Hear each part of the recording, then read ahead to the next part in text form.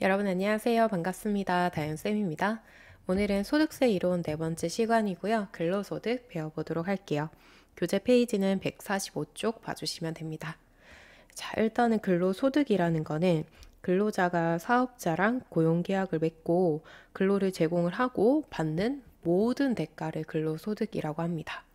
그러면 근로소득의 범위를 볼게요. 자, 1번. 근로를 제공함으로써 받는 봉급, 급료, 보수, 세비, 임금, 상여, 수당, 이와 유사한 성질의 급여다 라고 적혀 있죠. 그냥 쉽게 말해서 우리가 회사에다가 근로를 제공을 하고 받는 모든 수당들을 얘기하면 됩니다. 근데 여기 수당 중에서도 빠지는 게 있긴 하거든요. 비과세가 있긴 한데 그 부분에 대해서는 저희가 하단부에 바로 배울 거기 때문에 굳이 이거 하나하나 외우지 마시고 근로 제공하고 받는 급여다 라고 이해하시고 그냥 넘어가시면 돼요.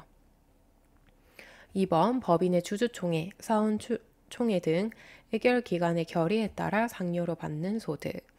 자, 주주총회를 개최한 다음에 이 금액은 상여로 주자라고 했을 때 근로소득으로 봐주시면 되고 3번 법인 세법에 따라 상여로 처분된 급여, 상여로 인정했다라는 뜻이고요. 우리가 법인 세법을 배우셔야 이해가 가능하긴 한데 지금은 그냥 세법에서 상여로 보는구나. 그러면 당연히 근로소득으로 봐야겠구나 라고 이해해 주시고 4번 중요합니다. 시험에 자주 나오는 문장인데 퇴직함으로써 받는 소득인데 퇴직소득에 속하지 아니하는 소득이래요. 자, 여기 뒤에가 중요하죠? 자, 우리가 퇴사할 때 받는 돈이 어떤 게 있죠? 퇴직금이라는 게 있죠. 퇴직금 계산 방식은 법적으로 정해져 있습니다. 한 회사에서 20년 근무했다고 가정할게요. 그래서 퇴직금으로 1,000만 원을 받아간다 라고 가정을 하겠습니다. 그런데 회사에서 오랫동안 근무를 했기 때문에 고생했다 라는 명목으로 퇴직 공로금이라는 걸 줬어요. 100만 원을 얹어줬다라고 가정을 하겠습니다. 그럼 저는 퇴직금 1,000만 원에 퇴직 공로금까지 더해서 1,100만 원을 받았죠. 그러면 이 1,000만 원은 당연히 퇴직 소득 신고할 때 같이 넣어주시면 되고 퇴직 공로금은 퇴직금은 아니죠. 그렇기 때문에 퇴직 소득에 속하지 아니하는 소득인 퇴직 공로금은 근로소득으로 봐서 세금을 매겨주시면 되는 거예요. 이해 가셨죠? 그래서 4번 문장 다음 중 근로소득의 범위에 속하는 것은 속하지 않은 것은 이런 식으로 좀 많이 나오기 때문에 잘 봐주시고 5번 종업원 등 또는 대학의 교직원이 지급받는 직무발명보상금. 자, 직무발명보상금은 근로소득으로 들어가고요. 여기 뒤에가 중요합니다. 또 퇴직 후에 받는 경우는 기타 소득으로 과세를 하겠대요. 자, 저희가 종업원이다, 교직원이다 라고 하면 어떤 회사에 고용계약이 되어 있는 상태거든요. 그 상태로 직무발명보상금을 받은 게 있다라고 하면은 근로소득으로 들어가는데 퇴직 후에 받는 경우는 그 회사에 저희가 고용되어 있는 게 아니잖아요. 근로자가 아니죠. 그래서 기타 소득으로 과세를 합니다. 이 부분 좀 잘 봐주셔야 되고 주의하셔야 됩니다. 그 다음 2번 근로소득에 포함하는 항목, 근로소득에 포함하는 것. 자, 각종 수당, 근로수당, 직무수당, 벽지수당, 해외 근무수당. 자, 이런 것들 당연히 더 넣어주시면 되고 주택을 제공받음으로써 얻는 이익. 자, 주택 요거 잘 보셔야 되는데 자, 다만 비출자 임원이거나 그러니까 출자를 하지 않은 임원이다.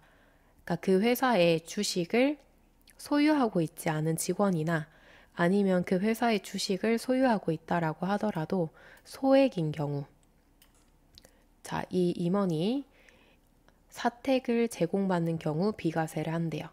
그러니까 예를 들어 내가 어떤 회사의 대주주예요. 대주주. 지분이 많아요. 그런데 회사에서 주택을 공짜로 줬대요. 이런 경우에는 근로소득에 포함을 시켜서 과세를 합니다. 근데 저는 이 회사의 대주주도 아니고요. 그냥 평범한 직원이에요. 근데 사택을 제공을 받았대요. 그런 경우에는 과세하지 않습니다. 자, 그리고 주택의 구입, 임차에 소요되는 자금을 저리 또는 무상으로 대여를 받고 얻는 이익. 자, 중소기업은 비과세입니다. 제가 주택을 사고 싶은데 돈이 부족합니다. 그럼 저희가 대출을 받아야겠죠. 근데 일반 은행에 가면은 대출 이자율이 3%고 회사에서 빌려주는 이자는 1%라고 가정을 할게요. 그러면 제가 2% 정도의 이득을 받죠? 그 이득에 대해서 과세를 하겠다라고 하는 거예요. 그러니까 복지가 잘 되어 있는 회사인 경우에는 돈을 조금 싸게 빌려주는 경우가 있거든요. 그런 경우에는 근로소득으로 보시면 되고, 다만 중소기업이다라고 하면은 비과세입니다. 중소기업은 세금 혜택을 많이 주려고 하는 편이에요. 그래서 비과세다라는 거 기억 꼭 해주시고, 주식 매수 선택권을 근무하는 기간 중에 행사함으로써 얻는 이익. 자, 주식 매수 선택권 이거 들어보셨어요? 스톡 옵션이라고도 하는데 저희가 보통 상여를 돈으로 받죠. 그죠? 근데 돈으로 주지 않고 본인 회사의 주식으로 주는 경우가 있어요. 주식. 자, 주식으로 주면 좋은 점이 실제로 현금이 나가지 않고도 상여를 지급하는 효과도 있고, 그리고 내가 우리 회사의 주식을 받았다. 주식이 올라야 저도 좋은 거죠. 그래서 주식을 오르게 하기 위해서 조금 더 열심히 일을 하는 경향이 있다고 합니다. 자, 그래서 주식으로 상여를 받았고 근무하는 기간 중에 이제 행사를 했대요. 이 말은 주식을 현금으로 바꿨다라고 보시면 됩니다. 이때 얻는 이익은 근로소득으로 보셔야 돼요. 그러니까 상여를 주식으로 받았다라고 생각하시면 쉽게 이해하지 않을까 싶습니다. 3번 비과세 근로소득 과세하지 않는다, 세금을 매기지 않는 항목들이고요. 얘들은 실무랑 연결이 또 되어 있죠. 실무 때문에 꼭 외워주셔야 되고, 여기에서 안 외웠다라고 하시더라도 실무에 넘어가시면 또 설명을 해드릴 거고 또 안 외울 수가 없거든요. 그래서 지금은 아 이런 거 있구나 하고 넘어가셔도 무방합니다. 자, 일단은 식대. 우리 밥은 먹어야 되죠? 식사를 제공받지 않고 급여에 포함된 식비 월 20만 원 한도로 비과세예요.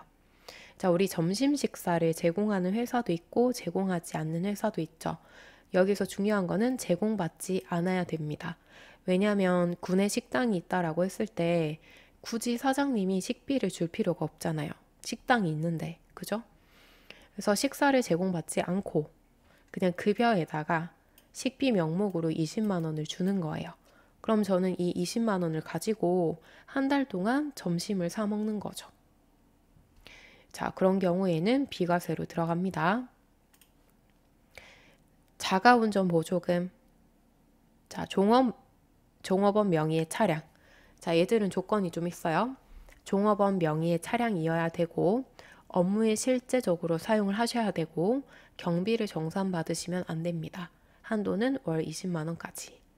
자, 그러니까 제가 차를 가지고, 그러니까 제 명의의 차를 가지고 거래처도 가고 은행도 가고 세무서도 가는 거예요. 그럼 여기에 뭐 기름도 넣어야 되고 주차비도 내야겠죠? 자, 근데 내가 예를 들어 5만 원치 기름을 넣었다. 그럼 영수증을 주고 현금으로 바로바로 정산을 받는 경우가 있고요. 이렇게 정산하지 않고 그냥 월급에다가 20만 원을 넣어주는 거예요. 20만 원 가지고 한 달 동안 차에다가 기름 넣고 뭐 주차비 같은 거 해라. 이렇게 그냥 넣어주는 거죠. 그런 경우에는 업무에 사용했기 때문에 비과세로 봅니다. 아셨죠? 자, 근데 다만 이렇게 현금으로 정산을 받거나 아니면 업무에 사용하지 않았거나 종업원 명의의 차가 아니다. 예를 들어 아빠 명의의 차라든지 배우자 명의의 차다 라고 한다면은 자가운전 보조금 과세로 돌아가 버려요. 그래서 이 세 가지 조건을 다 맞아야 비과세로 들어간다는 거 잘 기억해 주시고, 그 다음 육아수당.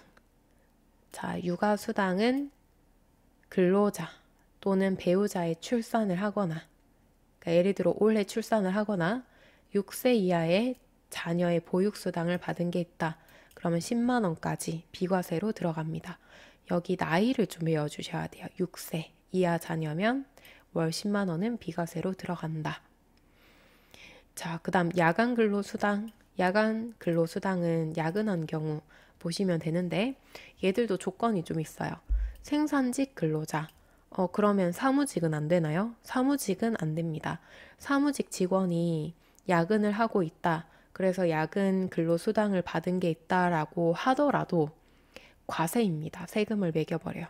그래서 일단은 기본 조건은 생산직이어야 되고 직전 급여액, 작년 급여액이 연봉이 3천만 원 이하여야 되고 월 정액급여는 한 달에 따박따박 들어오는 돈이 210만 원 이하일 때 비과세로 들어갈 수 있어요. 그러니까 얘들이 엔드예요, 엔드. 이 세 가지 조건에 다 맞아야 비과세로 들어가고 한도는 연 240만 원까지 비과세입니다.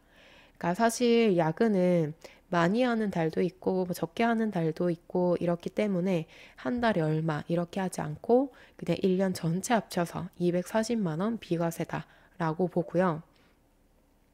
그리고 광산, 일용 근로자는 전액 비과세입니다. 자, 그다음 국외 근로소득. 내가 해외 출장 가서 일을 했다.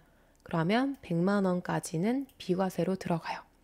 얼마나 힘들겠어요. 그죠? 한국에서 일을 해도 힘든데 가족들 다 두고 혼자 타지에 가서 일을 해야 되잖아요. 그래서 100만 원까지는 비과세로 두고 자, 원양업 선원 및 해외 건설 근로자는 더 힘들죠.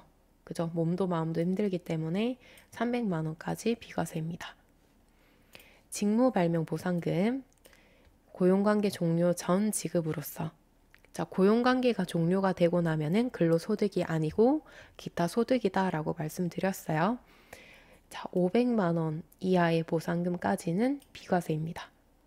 연구보조비, 초중등 교육법에 의해서 교원이 받는 연구보조비는 20만 원 이내로 비과세로 들어갑니다. 자, 이렇게 봐주시고요. 얘들은 실무 때문에 여러분들 실무에 들어가시면 꼭 외울 수밖에 없어요. 제가 꼭 외우라고 말씀드리거든요. 근데 얘들을 외우고 계시면은 나중에 취업하셔가지고 내가 만약에 급여 담당자가 됐다라고 했을 때 비과세로 잘 넣으실 수 있을 거고 그 다음에 내가 근로자일 때도 내가 받은 이런 각종 수당 중에 비과세가 어떤 것들이 있는지 알고 계시면 좋겠죠. 자, 그리고 야간 근로수당 있죠? 얘들은 조건이 많죠? 근데 내가 이런 것들 세세하게 외울 자신이 없다라고 하시면은 얘도 실무에서 제가 알려드리고 있거든요. K랩의 원천 징수 쪽으로 들어가시면 급여 자료 입력이 있어요. 두 번째, 급여 자료 입력. 자, 들어가시고 여기 위에 보이시죠? 수당 공제. 수당 공제 클릭해 볼게요. 자, 그러면 하단에 야간 근로 수당은 전년도 3천만 원 이하고 쭉 조건 나와 있죠. 그죠? 그래서 이 조건을 보시고 이론 문제 푸셔도 돼요. 저희 시험은 이론 풀다가 프로그램 열어도 되는 그런 시험이기 때문에 만약에 이론 지문에 나왔는데 내가 외우지 못했다. 아니면 헷갈린다. 라고 하면 여기 들어와서 체크 한번 해주시면 되고 그 다음 여기도 비과세 식대 월 20만 원 자가운전 보조금 월 20만 원 이런 식으로 기본적으로 또 들어가 있거든요. 그래서 얘들 확인 한번 해보시면 좋을 것 같습니다. 자, 그럼 기출문제 한번 풀어볼게요. 1번. 다음 중 근로소득에 포함되지 않는 것. 1번. 근로를 제공하고 받은 보수 당연히 되겠죠. 주주총회 등 의결기관의 결의에 따라 받은 상여, 상여니까 근로소득 들어가고 퇴직함으로써 받은 소득으로 퇴직소득에 속하지 않은 소득은 어디로 들어간다? 근로소득으로 들어간다. 사업주가 종업원을 위해서 직장 회식비로 지출했대요. 4번이 근로소득이 아니죠.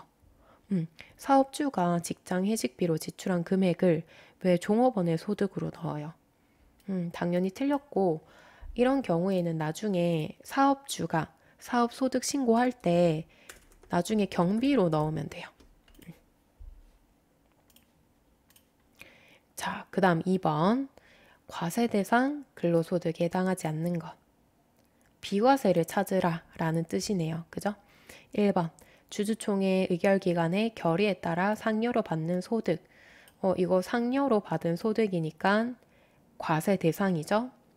퇴직할 때 받은 퇴직소득에 속하지 않는 퇴직공로금. 이것도 맞죠? 이 문장 좀 자주 나오고 있죠?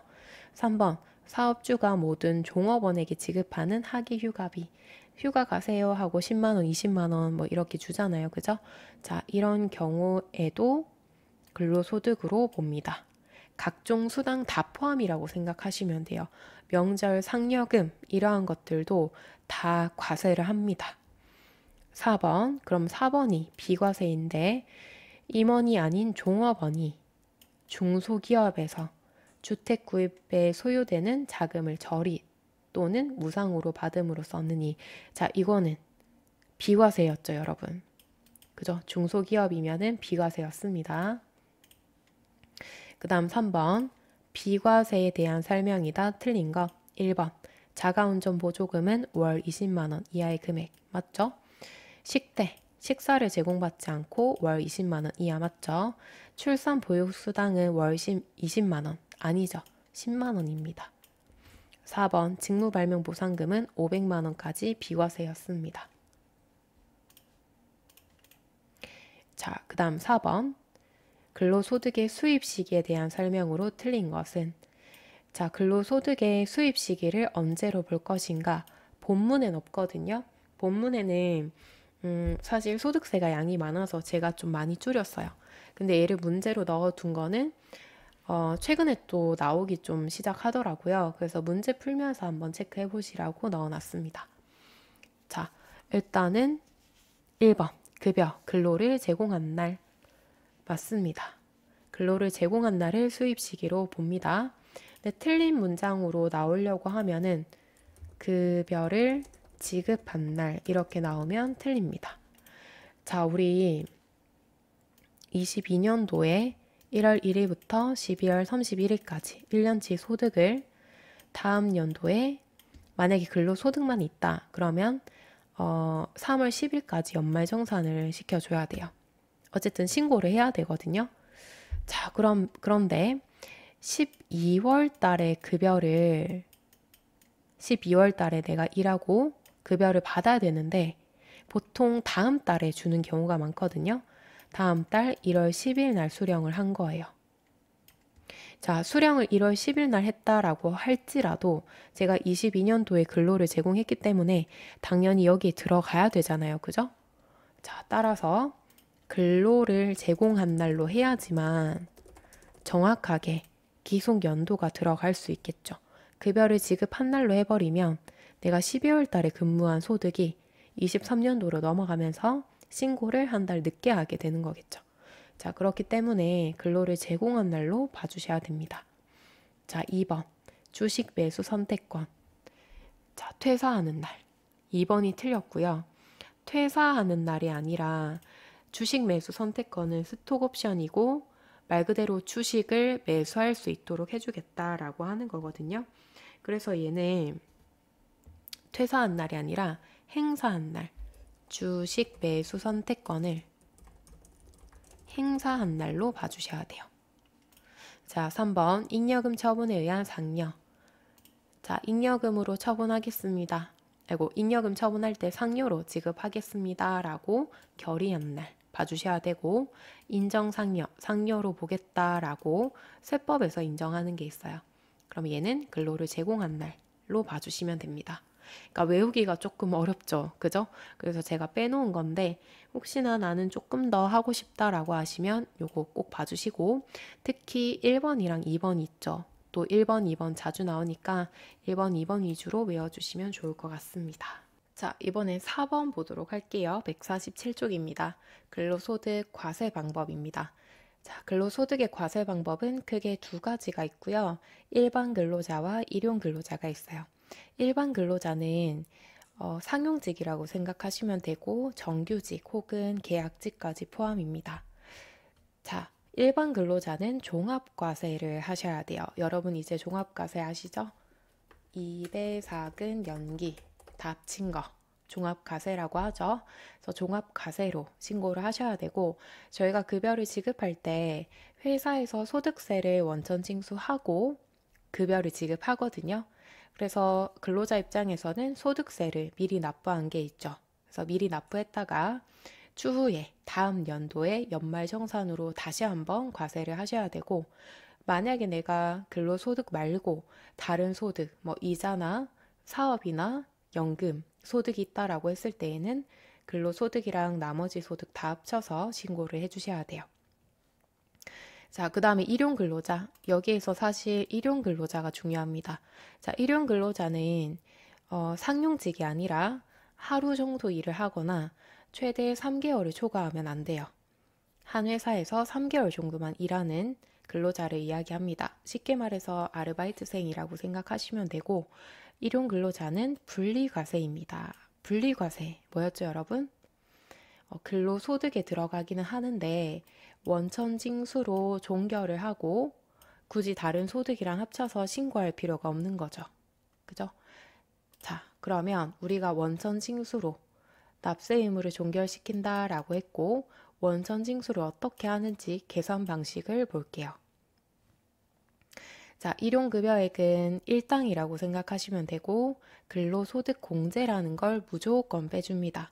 하루에 15만 원을 공제해줘요. 그러면 만약에 내가 하루 정도 일을 하고 일당이 15만 원이다 라고 했을 때에는 납부할 세액이 없는 거죠. 그죠? 2개 빼면 빵원이니까. 자, 근데 내가 만약에 20만 원이다. 20만 원을 받았습니다. 그러면 15만 원 빠지고 5만 원에 대해서 세율을 곱하시면 되고, 자, 일용직은 최저 세율이에요. 우리 세율은 최저 6%부터 최고 45%까지 있는 거 기억나시죠? 그래서 6% 곱해주시면 돼요. 5만 원 곱하기 6%. 그러면 3천 원이 나오죠? 3천 원. 자, 그럼 산출세액은 3천 원이고요. 여기에서 또 근로소득 세액공제라는 걸 해줘요. 그러니까 산출세액 3,000원 곱하기 55%한 거만큼 빼줍니다. 자, 그러면 결국에 55%를 빼주기 때문에 45%만 납부하면 된다라는 뜻이겠죠. 1,350원을 납부하시면 되는 거예요. 자, 그러면 내가 일당을 20만 원 받는다.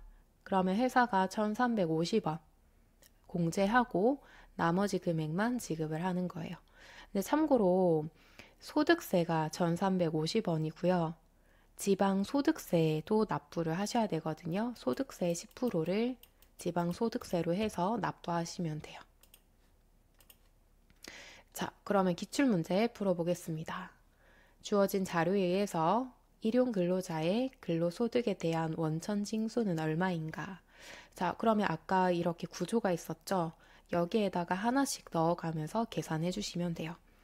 자, 우선은 일당 20만 원이고 4일 근무를 했대요. 그럼 80만 원이죠. 그리고 근로소득 공제 1일 15만 원. 지문에서 나름의 힌트를 주고 있네요. 그죠? 그 다음 근로소득 세액 공제는 산출세액의 100분의 55라고 나와 있네요. 자, 그러면은 80만 원을 받았습니다. 80만 원. 그리고 1 15만 원인데 저희가 4일이니까 곱하기 4를 하셔야 돼요. 그래야 공평하죠. 60만 원. 그러면 20만 원이 나옵니다. 20만 원에 대해서 6%를 곱해주시면 산출세액이 나와요. 20만 원 곱하기 6%. 그러면 12,000원이 나오죠.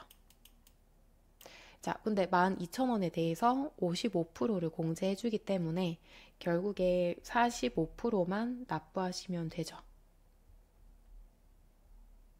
자, 그러면 결국에 5,400원만 납부하시면 되는 겁니다. 원천징수를 당하겠죠? 회사가 원천징수를 하니까 5,400원 공제하고 나머지 금액 일용근로자한테 지급하시면 돼요. 자, 그래서 기출문제에 이렇게 계산하는 게 나오기 때문에 일용직의 계산 공식까지 좀 외우고 계셔야 됩니다. 자, 그 다음 5번 연금소득 보도록 할게요. 연금소득은 147쪽입니다. 자, 우리 연금소득의 범위 있네요.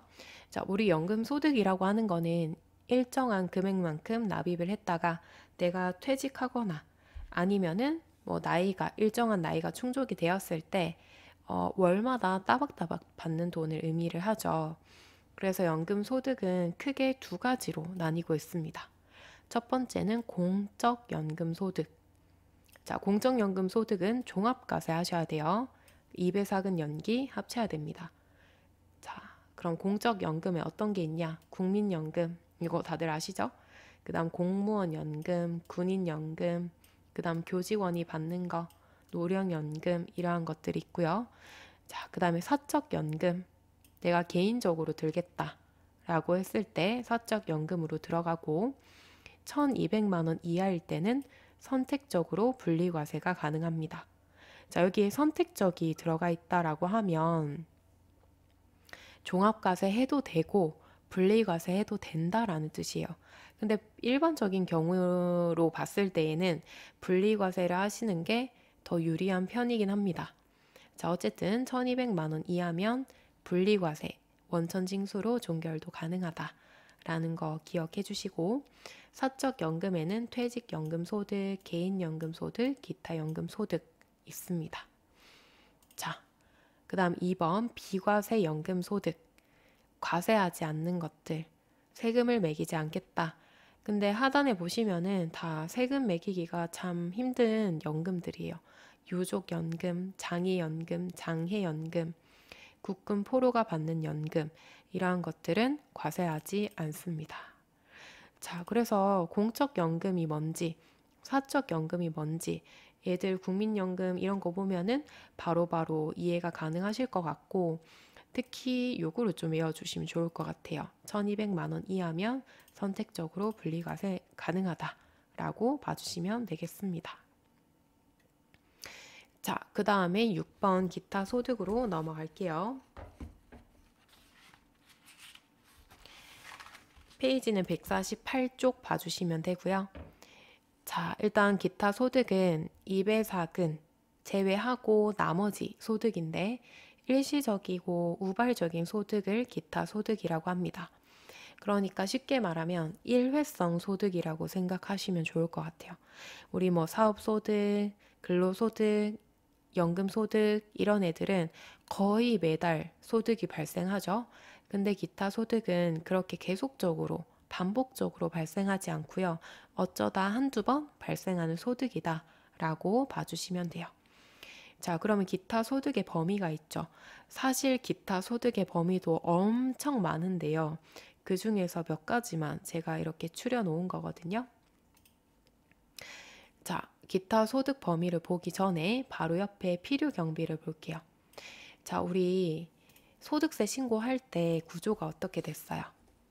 기타 소득에서 뭐 비과세 빼고 분리과세 빼고 필요 경비까지 뺀 다음에 나온 금액이 기타 소득 금액이다 라고 알려드렸죠. 기타 소득은 수익이라고 생각하시면 되고, 필요 경비는 비용, 기타 소득을 얻기 위해서 지출한 비용이라고 생각하시면 돼요. 그럼 내 손 안에 떨어진 이 이득을 가지고서 세금을 매기는 거죠. 자, 근데 내가 필요 경비를 얼마 썼는지 증명할 수 있다. 영수증 같은 것도 잘 챙겨야 되거든요. 증명할 수 있다 그러면 실제 소요한 경비로 해주시면 되는데, 내가 약간 증명하기도 조금 어렵고 소요 경비가 그렇게 많지 않다라고 했을 때에는 국가에서 수익 금액의 80%를 경비로 인정을 해주겠다. 60%를 인정을 해주겠다. 이렇게 정해 놓은 게 있거든요. 여기에서 큰 금액으로 경비 잡아주시면 돼요. 이해하셨어요? 그래서 예를 들면은 내가 실제로 소유한 경비는 5만 원인데 수익 금액의 80%를 계산을 해보니까 20만 원이 나오더라. 그럼 경비는 크면 클수록 좋잖아요. 기타 소득 금액이 줄어들기 때문에 세금을 적게 내는 효과가 있죠. 그래서 둘 중에 큰 금액으로 하시면 세금 부담을 더는 효과가 있습니다. 자, 그러면 필요 경비를 80% 매기는 기타 소득의 범위를 볼게요. 상금 및 부상, 내가 상금 받은 게 있다. 이러한 경우에는 기타 소득으로 들어가고 80% 필요 경비 인정합니다. 자, 계약의 위약 또는 해약으로 인해서 받는 위약금과 배상금 중에 주택 입주 지체 상금. 자, 주택에 입주를 해야 되는데 지체되어서 돈을 받았대요. 자, 만약에 제가 청약에 당첨이 됐어요. 그래서 1월 10일 날 들어가기로 계약을 했습니다. 그러면 제가 그 전에 원래 살던 집도 팔고 다 정리를 했겠죠? 자, 근데 얘가 공사가 늦어져서 1월 15일 날 들어가게 되었대요. 그럼 5일 동안 저는 손해를 보겠죠. 그죠? 그러면 5일 늦은 만큼 배상금을 좀 줘야 되거든요. 여기 위약금이랑 배상금을 줘야 되는데 이때 얘들은 기타 소득으로 들어가고 그리고 필요 경비는 80%로 인정을 합니다. 자, 서와 골동품의 양도로 발생하는 소득. 내가 골동품을 팔고 이득을 얻었다. 기타 소득으로 들어가고 양도가액이 6천만 원 이상일 때 기타 소득이다. 그럼 내가 골동품을 1,000만 원에 팔았다라고 했을 때에는 굳이 기타 소득으로 넣으실 필요가 없는 거죠. 비과세다라고 보시면 돼요. 자, 그 다음 얘는 별표 하나 칠까요? 많이 나오는 문장입니다. 물론 다른 것도 외워주시면 가장 베스트죠. 자, 일시적으로 제공하고 지급받는 대가다. 자, 그런 경우 있어요. 내가 만약에 작가인데 책을 출간을 했습니다. 요즘에 북토크 같은 거 많이 하잖아요. 북토크 가서 일회성 강연을 하고 돈을 받아왔다 라고 했을 때에는 기타 소득으로 들어가는 거예요. 이해 가세요, 여러분? 내가 계속 가서 강의를 하는 게 아니라 일회성으로 강의를 했다. 그러면 기타 소득으로 들어갑니다. 자, 그 다음 일시적 문예 창작 소득. 문예, 학술, 미술, 음악, 사진에 속한다 라고 했을 때에는 기타 소득. 여기서 일시적이죠?